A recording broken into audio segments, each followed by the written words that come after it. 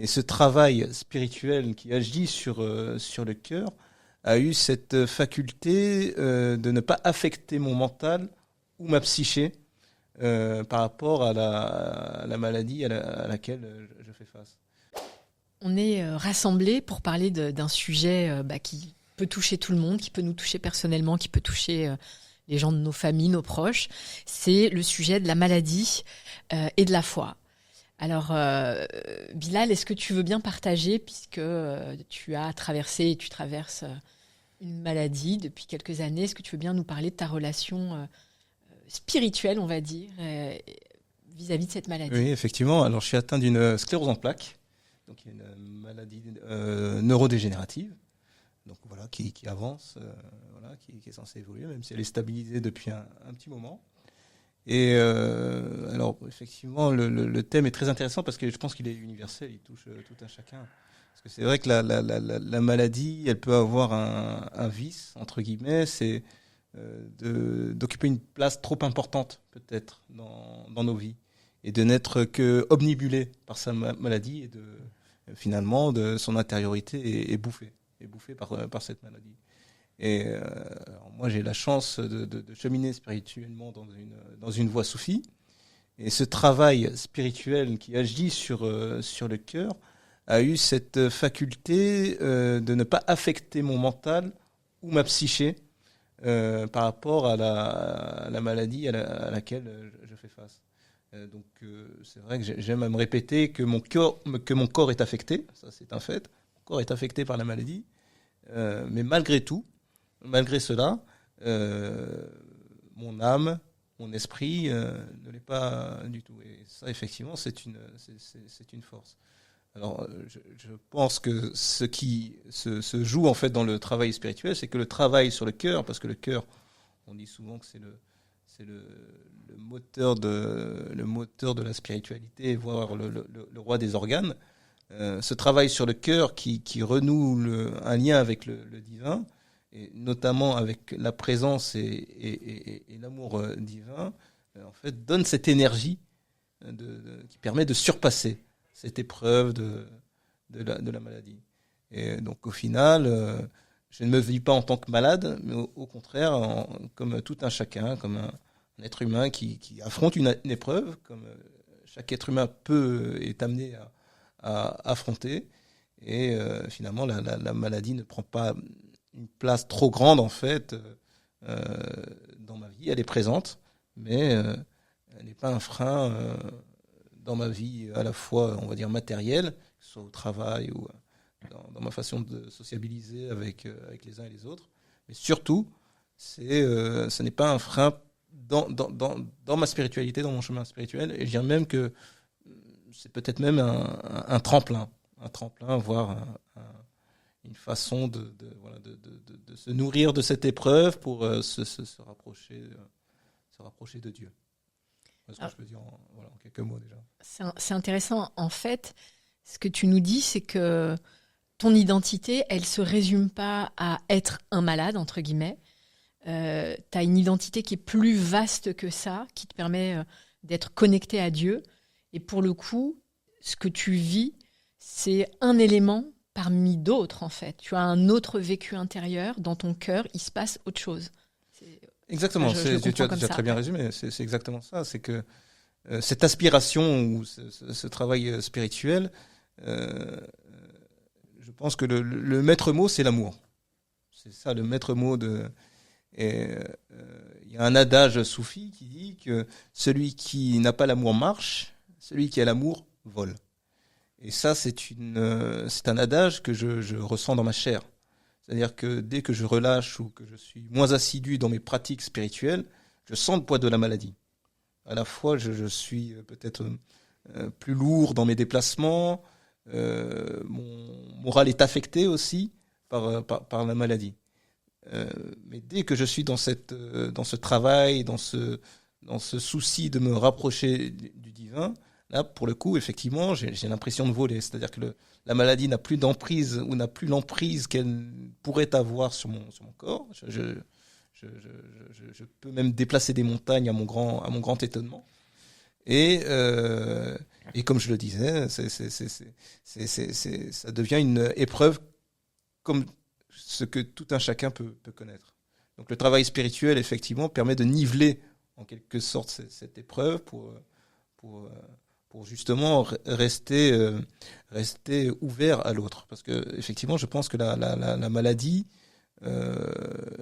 peut avoir ce défaut ou ce piège de nous renfermer sur nous-mêmes, de nous renfermer sur notre souffrance, alors que la spiritualité a une autre vocation, a une autre dynamique. Au contraire, elle nous ouvre vers l'autre, et vers l'autre aussi avec un grand A, vers les autres et vers l'autre avec un grand A. Donc c'est cette ouverture, cette acceptation qui permet de continuer d'avancer, de cheminer spirituellement, et puis aussi au sein de sa famille, dans le travail, de façon générale. Donc effectivement, c'est central dans ma vie. C'est vrai, je rebondis sur ce que dit Sybille. C'est vrai qu'on insiste peut-être pas assez sur cette dimension spirituelle de la maladie, parce que de toute façon, ça c'est des choses qui sont prouvées. C'est vrai que quand on est dans cet état de résilience, d'acceptation, on sait, donc c'est scientifiquement démontré que ça permet d'améliorer l'évolution de la maladie, de la stabiliser, parfois même de guérir ou d'obtenir une rémission. Et c'est vrai que c'est quelque chose quelque chose sur laquelle on insiste peut-être pas assez. Donc moi je parle en tant que personnel soignant, donc j'exerce en tant que médecin dans un hôpital. Et ce qui est aussi intéressant, c'est finalement comment donner les outils aux patients pour développer toutes ces qualités intérieures, c'est finalement ces valeurs spirituelles pour mieux vivre la maladie et mieux l'accepter. Et je pense que la spiritualité, en l'occurrence la voie soufie, permet de voir justement cette maladie comme un message, un signal pour mieux se connaître, se rapprocher de Dieu et finalement d'évoluer vers une réalité supérieure et découvrir des choses que l'on ne qu'on ne soupçonnait pas. C'est vrai que dans la maladie, il y a aussi comme tu l'as dit, un message divin. C'est comme je vis comme ça, où il s'agit effectivement d'équilibrer à la fois sa vie matérielle et sa vie spirituelle. Alors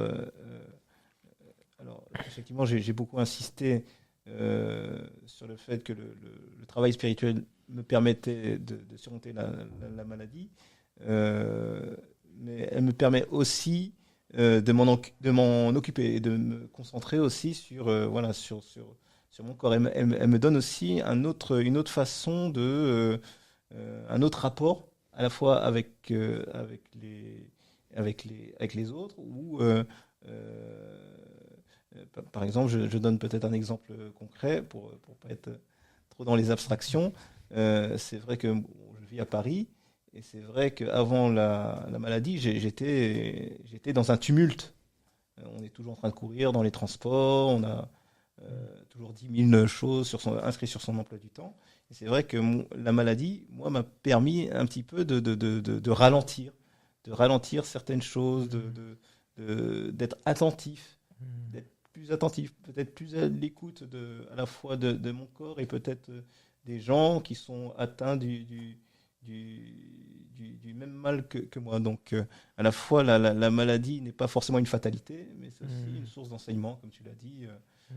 D'où cette importance d'être dans la résilience. Alors, c'est pas quelque chose de facile ou d'évident, hein, mais effectivement, à partir du moment où on est dans cette acceptation, eh bien, ça ne devient plus une fatalité, au contraire, ça devient un enseignement, ça devient un chemin de vie, ça devient au contraire une façon même d'équilibrer à la fois le spirituel et le matériel. Ouais. Ça me rappelle l'histoire d'un patient que j'ai vu en consultation il n'y a pas très longtemps. Donc, moi, je fais des consultations de diabétologie. Donc, c'est un patient qui m'a été adressé par son médecin généraliste parce qu'il avait un taux de sucre très, très élevé dans le sang.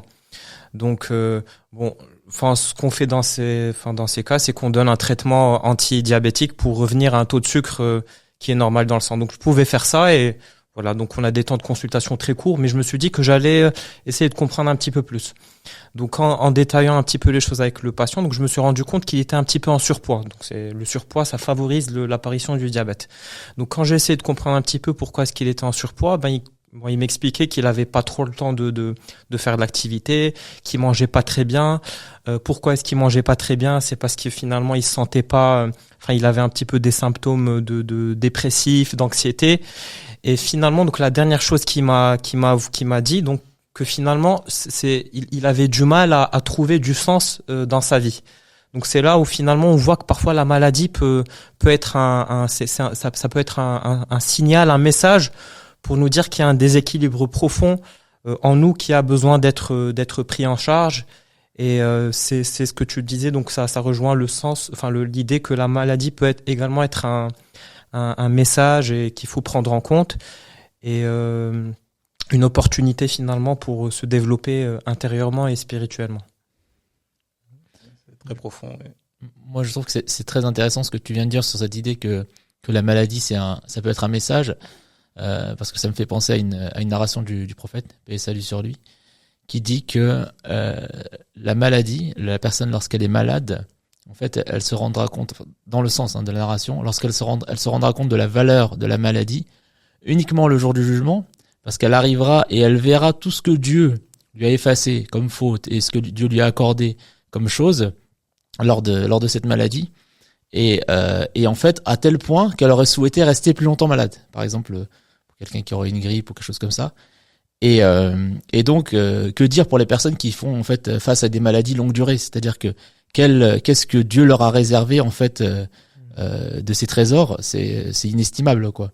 Et donc il y a ce point-là, et ça me fait aussi penser ce que tu disais tout à l'heure, Bilal, j'ai trouvé ça très beau, cette idée que la maladie t'amène à penser à l'amour, et en fait plus juste penser, mais te connecter à l'amour, et que ça te fait voler. Parfois même tu te rends compte dans ton corps que cette connexion avec Dieu en fait que tu cultives, notamment par la pratique de l'invocation régulière, parce que ça me fait penser à une histoire de la génération d'après les compagnons. Donc on appelle ça la génération des suiveurs.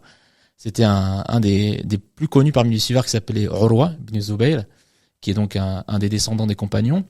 Et en fait, un jour, alors qu'il revenait d'un voyage, on lui dit que beaucoup de ses enfants sont décédés. Donc ça, c'est déjà une première épreuve. Et face à ça, qu'est-ce qu'il dit? Il dit Dieu, c'est Dieu qui donne, c'est Dieu qui prend. Ensuite, juste après, on lui dit, et en plus, il y a une gangrène dans ton pied, il faut qu'on t'ampute la jambe. Et qu'est-ce qu'il dit? Il dit d'accord, la seule chose, laissez-moi faire ma prière, et quand je serai en prosternation, c'est là où vous allez m'amputer la jambe. Et c'est ce qu'il a fait. Donc il a fait deux prosternations, et au moment de la prosternation, ils lui ont amputé la jambe. Et après, ils lui ont demandé alors qu'est-ce qui s'est passé, voilà, parce qu'il n'avait pas demandé d'anesthésie ou quoi que ce soit. Il a dit vous m'avez vraiment amputé la jambe. En fait, il n'avait pas du tout ressenti la perte de son membre, et en fait, c'est-à-dire que pour moi, c'est pourquoi là, évidemment on dit ça vient d'une narration du prophète, et salut sur lui, que en prosternation, le serviteur, c'est le moment où il est le plus proche de Dieu. Et donc peut-être que Urwa avait ressenti un état de proximité divine tel que en fait ça lui a permis de faire face à tout.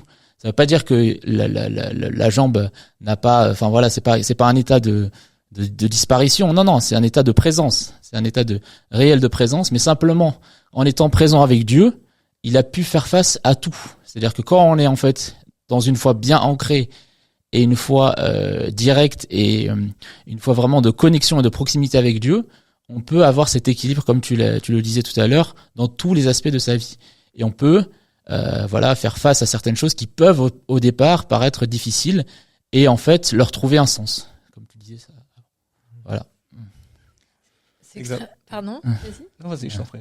Je trouve que c'est intéressant de rappeler que le corps peut être malade, mais quand le cœur est nourri de la présence divine, à travers l'exemple que tu cites, c'est ce qui va permettre de traverser, en fait. Et on a cette tendance à, quand je sais pas si vous avez une otite, vous êtes malade, vous avez la grippe, mais vous allez aller chez le médecin, vous allez mettre des gouttes, vous allez faire tout ce qu'il faut pour guérir, mais on on ne se préoccupe pas autant de l'état de notre cœur, qui peut lui être complètement vide de la présence divine. Et finalement, on a besoin d'un médecin des cœurs pour nous permettre aussi d'affronter la vie et ses vicissitudes et ses épreuves. Et c'est peut-être un aspect qu'on néglige et qui est peut-être une clé. Toi qui es médecin, on a des typologies de patients qui sont complètement déprimés quand on leur annonce une maladie et qui vont accélérer le processus d'une maladie qui pourtant se présentait peut-être pas de la pire des façons, là où un autre, où on va craindre pour lui, va s'en sortir peut-être mieux. Et peut-être que dans les recherches scientifiques, ce serait peut-être intéressant de regarder que cultive à l'intérieur de son cœur le patient, la personne en question. Enfin, c'est ce que ça m'évoque en tout cas. Cet échange. Pour revenir sur ce que tu viens de dire, donc sur cette idée que donc il y a en fait l'organe central finalement c'est le cœur, puisque c'est cette idée que on a tu parlais donc des vicissitudes ou faire face aux épreuves de la vie, et que la maladie en fait partie, la maladie qu'elle soit physique ou mentale d'ailleurs, ça fait partie des épreuves de la vie, et que donc ce qu'il faut cultiver c'est cette connexion intérieure, et que je pense que effectivement les médecins peuvent nous dire que on va dire la façon dont la personne se sent joue sur l'état de la maladie, même pour les maladies physiques. Mais pour revenir sur le côté plus spécifiquement du cœur, donc il y a effectivement une narration du prophète, paix et salut sur lui, qui parle du cœur, qui dit que le cœur c'est en fait l'organe le plus important dans le corps, mais pas uniquement le corps, mais en fait dans la personne, toute la personne, tout l'être de la personne. Pourquoi ? Parce que s'il est sain, tout le corps est sain. En fait, toute la personne en elle-même, elle est saine. Et s'il est malade, alors tout devient malade. Et donc finalement, comme tu le disais, nous on se précipite pour aller guérir et soigner ce qui ne va pas, que ce soit pour notre corps ou parfois malheureusement aussi ce qui ne va pas pour notre psyché. Mais on ne fait pas suffisamment attention à ce qui est vraiment l'essentiel, ce qui est le cœur, ce qui est le soin de l'âme, le soin du cœur, en fait, sans vouloir faire de jeu de mots. Et du coup, ça, c'est vraiment important de le cultiver et de le soigner, de le traiter, parce que sinon, on peut se retrouver, comme l'a aussi mentionné le prophète, paix et salut sur lui, dans une autre narration, on peut être en fait une personne qui a l'apparence de la personne vivante, peut-être même de l'apparence de la personne en bonne santé extérieurement, mais qui en fait est en mauvaise santé parce qu'elle n'invoque pas Dieu.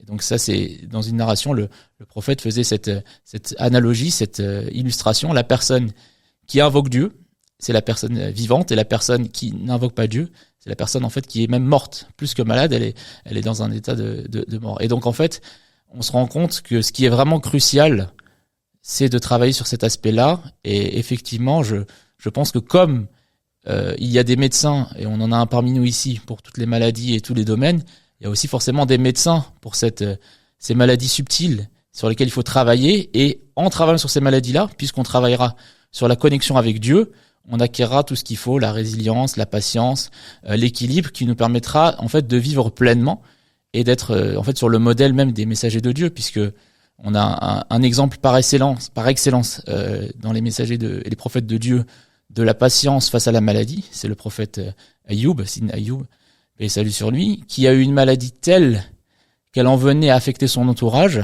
et pourtant face à ça il a tenu, il a patienté, et Dieu l'a mentionné d'ailleurs dans le Coran comme un modèle de patience. Et en fait, qu'est-ce qui lui a permis de tenir face à ça ? C'est cette connexion intérieure et très forte avec Dieu, alors même qu'il avait une maladie très très difficile à gérer. Et voilà, donc je pense que c'est vraiment très important de travailler sur cet aspect. Tu as vraiment éclairé les échanges qu'on a eus, en ce sens effectivement où le hadith ou la narration, en tout cas que tu as rapporté dernièrement, effectivement nous montre en fait qu'on a toutes les ressources en nous. Alors là, je vais parler sous le contrôle aussi de Mohamed, qui est médecin. Mais je pense qu'effectivement la maladie du corps peut être aussi une analogie de la maladie intérieure du cœur. Le cœur, comme tu l'as dit, dans le cœur, on peut puiser un nombre incalculable à la fois d'outils spirituels, de bienfaits, de qualités, qui nous permettent d'aller toujours de l'avant, quelle que soit l'épreuve que l'on vit ou que l'on est amené à traverser. Et je fais l'analogie aussi avec les dernières recherches médicales, où effectivement, par exemple, pour la maladie qui me touche, je sais que les recherches sur les cellules souches, encore une fois, le fait d'avoir la solution en soi, ce qui est pour moi vraiment une miséricorde et un signe divin, permettra à terme, en tout cas c'est ce que nous laisse penser l'état de la recherche actuelle, de guérir certaines maladies auto-immunes ou neurodégénératives. Donc effectivement, dans cet équilibre du matériel, enfin de la vie matérielle et de la vie spirituelle, je pense qu'il y a un chemin de vie qui nous est tracé par Dieu, en fait, où il nous dit effectivement que votre vie corporelle est aussi le reflet de votre vie spirituelle, et vice-versa. C'est ce que je pense. En tout cas. En parlant d'outils spirituels, c'est vrai qu'il y a cette pratique dans l'islam qu'on connaît pas, peut-être qui est méconnue, qui est le dhikr. Hein.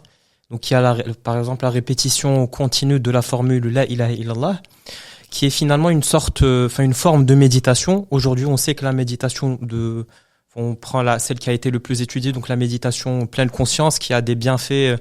On sait que ça permet de réguler les hormones, notamment le cortisol, qui peut être très délétère lorsqu'il est sécrété de façon importante. On sait que ça permet de diminuer toutes les pathologies chroniques, cardiovasculaires, le diabète, l'hypertension. Et c'est vrai peut-être qu'on s'intéresse pas assez à cette pratique qu'on a nous dans notre religion, qui s'appelle donc le dhikr, la répétition de la formule de la ilaha illallah, et qui en plus des effets finalement on va dire extérieurs que va avoir par exemple la méditation, c'est-à-dire les effets sur les hormones, sur notre cerveau. On sait que ça active des zones du cerveau particulières qui gèrent tout ce qui permet de réguler les émotions, notre état mental. Va avoir en plus donc cet effet intérieur, donc on en parlait, cet effet sur le cœur. Et c'est là qu'on peut interpréter cette parole prophétique qui est donc si on a un cœur si on a un cœur sain, tout le reste des organes sont sains, c'est-à-dire que forcément, si on se sent bien à l'intérieur, on va forcément être équilibré, on va bien s'alimenter, on va faire de l'activité, on sera moins sujet au stress, à l'anxiété. Donc finalement, le fait d'être bien dans son cœur, d'avoir un cœur sain à travers la pratique de l'invocation ou de la prière, permet donc finalement d'aboutir à cet état de bien-être intérieur, mais aussi extérieur. Je voudrais dire deux choses par rapport à ce que tu es en train de... Ça me fait réagir. Quand on est malade, on va chez le médecin. Mais quand on est malade du cœur, on va, parfois à gauche, à droite, on va voir des gens qui sont peut-être même malades, en fait, si on prend l'analogie de la maladie du cœur, en fait. Donc, ce qui est intéressant dans le soufisme, c'est de trouver, d'avoir la chance d'avoir un médecin des cœurs qui lui-même sait ce qu'est un cœur vivant, qui lui-même a un cœur qui est vivant et qui peut donner une prescription, entre guillemets, pour vivifier ce cœur dans sa relation à Dieu, en fait. Et je trouve que dans cette question de la maladie et de la foi, on a beaucoup parlé de l'individu face à la maladie, mais dans le cas du soufisme, il y a l'individu aussi dans cette relation avec son cheikh qui va avoir une épreuve. Donc il est accompagné, il a un médecin du cœur qui va lui permettre de traverser toutes ces vicissitudes en fait et toutes ces difficultés en le ramenant constamment sur, sur la direction du divin et de la bonté divine et de la miséricorde divine. Et c'est vrai que de soi-même, quand on accueille un diagnostic d'une maladie quelle qu'elle soit, la première réaction humaine, c'est l'effondrement en fait. Et je crois que quand on est accompagné d'un cheikh, eh bien, il aide, il accompagne justement, il éduque à ces modèles prophétiques que tu as cités. C'est un vrai travail de revivification de sa foi et de son cœur. C'est vrai qu'on trouve finalement beaucoup d'analogies entre la médecine on va dire extérieure et la médecine intérieure. C'est que dans les deux cas, on a des maladies parfois aiguës, des maladies graves, des maladies chroniques au long cours. Ces maladies ont, dans les deux cas, besoin d'un médicament. Donc le médicament dans Donc dans les maladies intérieures, ça va plutôt être de l'ordre des invocations, de la prière, etc. Et dans les deux cas, on a besoin d'un médecin qui a cette science finalement, qui a cette connaissance des maladies, qui va pouvoir donc prescrire le bon traitement adapté à chacun en fonction de l'état de chacun. Et puis c'est vrai que c'est une analogie qui est très frappante. Voilà, entre finalement cette science, cette médecine de l'extérieur et cette médecine de l'intérieur qui est finalement la spiritualité, ou dans l'islam cette science du tasawwuf qui permet d'avoir un état de santé intérieur qui soit un bon état de santé intérieur. Un cheikh avait dit une fois, le cheikh Sidi Jamel avait dit du bon ne vient que le bon. Et c'est frappant parce que quand on tombe malade, tout dépend de la gravité de la maladie qu'on a, mais on peut se sentir persécuté. Qu'est-ce qui m'arrive ? On peut se sentir dans la défaveur divine, en fait. On peut très vite tomber dans un état, je te rejoins dans ce que tu disais tout à l'heure, de pessimisme, de mais pourquoi moi ? Et d'avoir ce rappel et cette c'est pas une phrase, c'est-à-dire quand un cheikh dit quelque chose, c'est pas une parole, ça traverse le cœur, en fait. C'est quelque chose qui vient du cœur et qui est reçu dans le cœur. Et c'est une lumière dans une traversée parfois on dit la nuit noire de l'âme, quand on tombe malade et qu'on est gravement, tout dépend de la gravité là aussi, mais c'est un moment difficile. On va pas se mentir, même avec la foi, c'est aussi un moment difficile, mais ça peut devenir une grâce, en fait. Et ça devient une grâce. Et tout à l'heure, je voulais aussi parler puisque là, on parle de sa maladie à soi, de comment on le vit. Et je voulais parler, moi, de deux membres de ma famille qui ont été touchés par la maladie de leur fils, donc mon oncle et ma tante. Et pour eux, ça a été un chemin. C'est-à-dire que le malade, il n'est pas malade tout seul. Il est aussi un miroir pour les gens autour de lui. Je pense que ça, on l'oublie. Quand il y a quelqu'un de malade, ça nous force, ou quelqu'un qui est en situation de handicap, ça vient aussi nous traverser. Dans la compassion, c'est aussi une éducation. Donc, pour reprendre mon oncle et ma tante, pour reprendre leur exemple, ça a été un chemin d'éducation. Leur fils a une maladie mentale, donc assez stigmatisé en plus. Ce type de maladie, c'est presque, on ne l'avoue pas, on ne dit pas, on a presque honte de ce type de maladie, là où c'est une maladie à mes yeux comme une autre en fait. Mais on se sent un peu coupable, étrangement. Et j'ai vu mon oncle et ma tante évoluer dans leur foi grâce à la maladie de leur fils, là où ils étaient partis pour être des gens qui ont bien réussi, des gens qui ont des biens matériels, des gens qui peut-être n'allaient pas à ce point. C'est cette douleur et cette incompréhension. Ils ont eu le sentiment au début qu'ils avaient peut-être fait quelque chose de mal et que Dieu les punissait. Ils étaient croyants, mais un peu, quoi. Et ça a été un chemin de grâce pour eux, en fait. Mais vraiment. Et je les ai vus se transformer au fur et à mesure des années.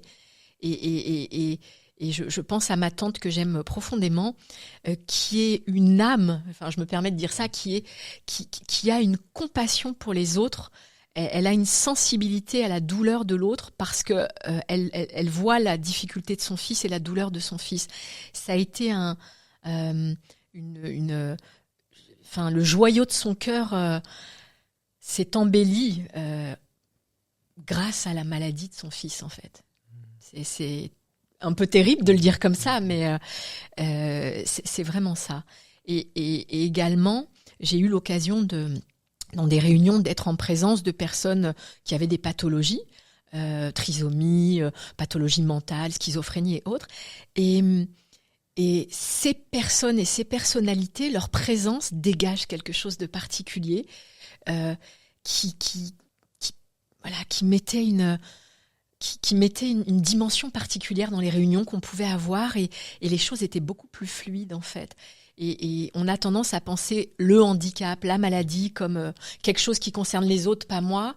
Et on ne se dit pas que c'est aussi pour nous éduquer qu'il y a des malades et qu'il y a des personnes en situation de handicap. On dit c'est elle qui a un problème, mais je crois qu'on ne voit pas à quel point c'est aussi fait pour nous. On est interdépendants. Toi et moi, on est deux facettes d'une pièce en fait, mais on est touchés les uns par les autres en fait. C'est très important effectivement le regard que déjà on porte vis-à-vis de sa maladie propre, donc savoir le surpasser, puis aussi le regard des autres sur la maladie. Alors c'est vrai que, alors si je prends mon expérience personnelle, c'est vrai que dans le monde professionnel ou quand je travaille, parce que je suis amené à changer beaucoup je prends des missions, je suis amené à beaucoup changer d'entreprise ou d'environnement professionnel. C'est vrai qu'on me voit comme malade à première vue, et ça me surprend toujours, parce que moi intérieurement c'est pas comme ça que je me vis. Et donc effectivement il y a cette chance, en fait, comme tu l'as dit, quand on fait ce travail spirituel, ces invocations, et qu'on a le cœur rempli de cet amour divin, il y a cette façon aussi de dire aux autres, par son comportement ou par sa façon d'interagir avec l'autre, que finalement la maladie n'est pas forcément une fatalité ou encore une fois, ce qui centre les choses, ou ce qui est essentiel, pour moi, c'est la vraie maladie, la maladie du cœur. C'est là-dessus, effectivement, et cette maladie du cœur, je pense que à partir du moment où on la prend à bras-le-corps avec l'aide d'un médecin spécialiste du cœur, on est en mesure, effectivement, à la fois de se surpasser, mais aussi de faire changer peut-être le regard de l'autre ou de la société sur la maladie, parce qu'effectivement, comme on l'a dit, ce n'est pas juste un manque, ou la maladie n'est pas un manque, ou non, c'est quelque part un cadeau divin, c'est quelque chose un cadeau qui nous est donné pour justement nous rapprocher, renouer les liens avec ce qui est essentiel. Pour revenir sur ce que tu dis sur cette idée de renouer avec l'autre et avec ce qui est essentiel, moi ça me fait penser à plusieurs paroles du prophète, et salut sur lui. La première, c'est cette idée que effectivement la maladie, ce n'est pas une fatalité, ce n'est pas ça veut rien dire. En fait, même ça pourrait même dire plutôt dans la relation avec Dieu qu'il y a quelque chose de spécial, parce que dans une narration, le prophète, paix et salut sur lui, dit que les plus éprouvés parmi les gens dans l'histoire humaine, etc., c'est d'abord les envoyés de Dieu. C'est-à-dire qu'en fait, les personnes les plus rapprochées de Dieu, c'est celles qui sont le plus éprouvées. Et après, c'est les personnes qui, en termes de degrés. Et donc, c'est-à-dire que l'épreuve, il faut l'accueillir déjà comme une voie de connaissance et de rapprochement de Dieu. Mais pour ça, il faut effectivement avoir ce travail du cœur qui permet de le comprendre, et pas uniquement de le comprendre mentalement, mais vraiment de le réaliser intérieurement. Et ça me fait penser à une deuxième narration, ce que tu disais sur l'autre, et toi aussi. C'est le prophète qui nous dit « Le croyant est le miroir du croyant ». Et donc finalement, si on arrive à réaliser en nous vraiment ces qualités-là et cette compréhension-là sur la maladie et sur ce lien avec la foi, alors c'est là aussi on pourra le communiquer à l'extérieur. Mais pour pouvoir l'avoir, déjà il faut aller le chercher chez quelqu'un. Et c'est là où ça me fait penser à une troisième narration du prophète, salut sur lui, et ce sera la dernière, qui nous dit qu'il faut chercher des compagnons pour cheminer vers Dieu. Et la première chose qu'il mentionne parmi les qualités de ces personnes-là, donc la personne qu'il faut vraiment fréquenter, c'est que quand on le regarde, son regard nous rappelle Dieu.